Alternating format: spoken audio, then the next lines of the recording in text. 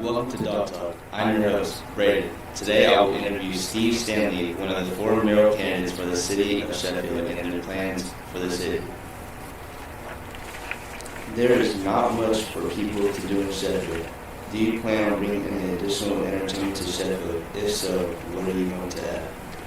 Well, the city government really isn't in the business of providing entertainment. We do encourage developers and to develop entertainment venues, and we've got a profound music recording industry history in Sheffield, show sound studios and the other studios. We have a number of studios still active.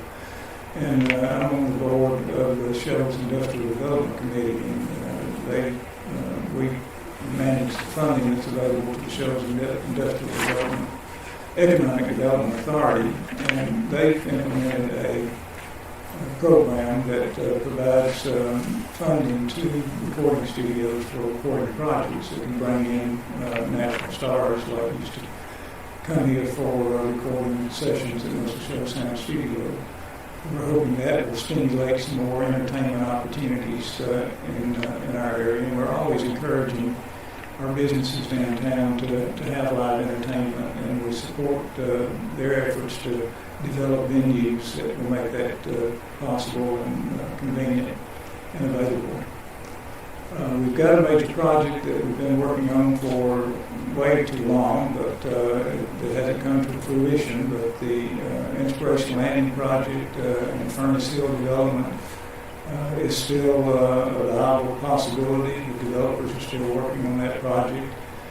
The city did participate in it by investing in building infrastructure. We built roads and sewer and water infrastructure for that project facilitated. We actually got an EPA cleanup grant to clean up the site, which was formerly an unregulated municipal landfill for the city of Sheffield. It's where the 5 blast furnaces that were located on that site when the city was founded that were demolished in the 1920s, and they did a poor job of demolition because there's substantial remnants of those furnaces still there. And they'll become points of interest on the development if it's ever funded and actually materializes. So we're hoping that will provide, and it will provide a very significant entertainment venue in the Sheffield's area. Well, that is all for Dawg Talk today. Tune in next time for more interesting guests. Go Dogs!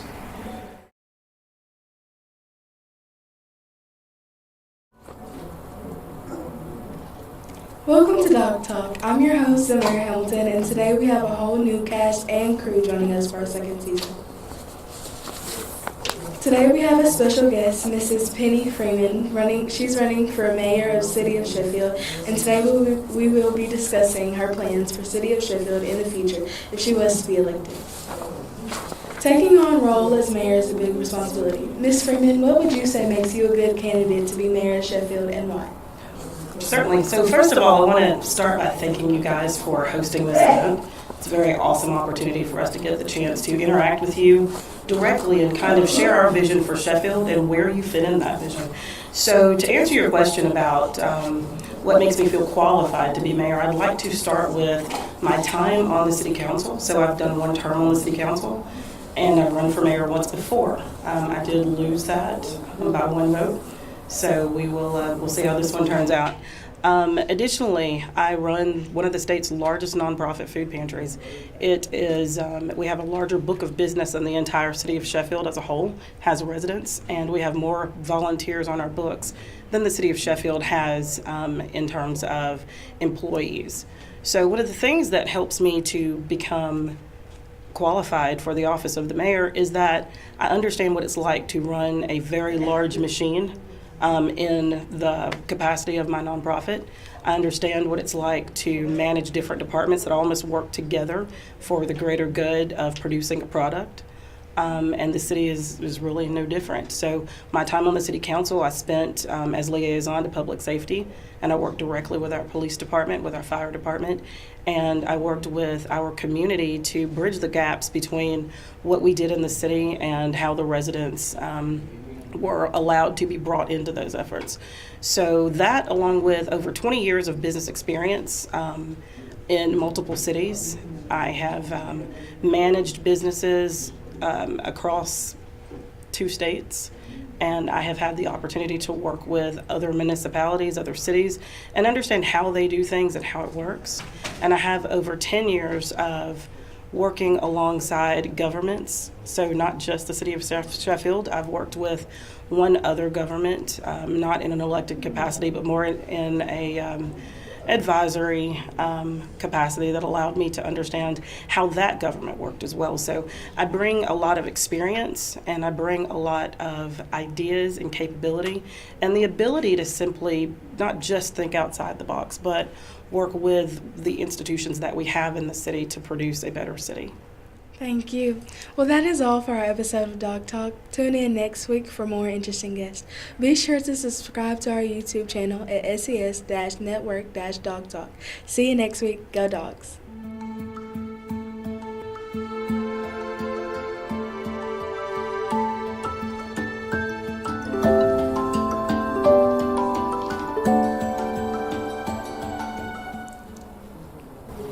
Welcome to Dawg Talk. I'm your host, Caden Carroll. We'd like to thank our guest, Toy Bailey, for being on our show. Tell us a little about yourself before we get started with our question. Okay. So I was born in Florence, Alabama, but I've been living in Sheffield, Alabama since 2001. I love my city. This is a great city for us to be in. There are some wonderful people who live here. I have been serving on the Colbert County Commission. I am serving my 3rd term. I've served as the commission chair twice. And I think that that's given me a little bit of background and a little bit of experience. I also serve as the chair of the Sheffield Redevelopment Authority.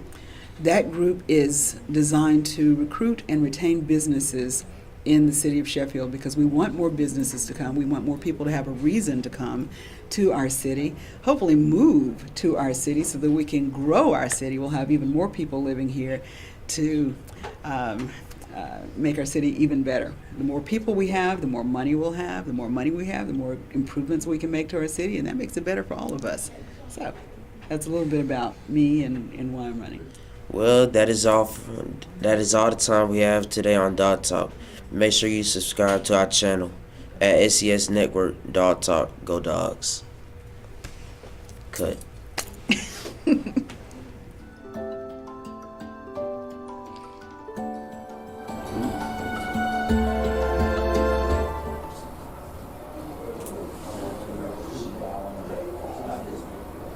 Welcome to the 2nd season of Dawg Talk, featuring the new cast members.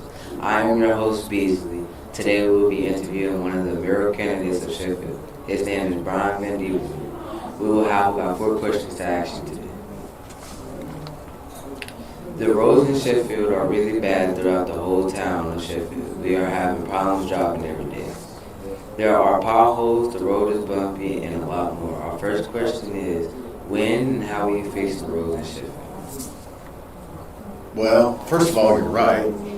You're absolutely correct. Our roads do need a lot of work.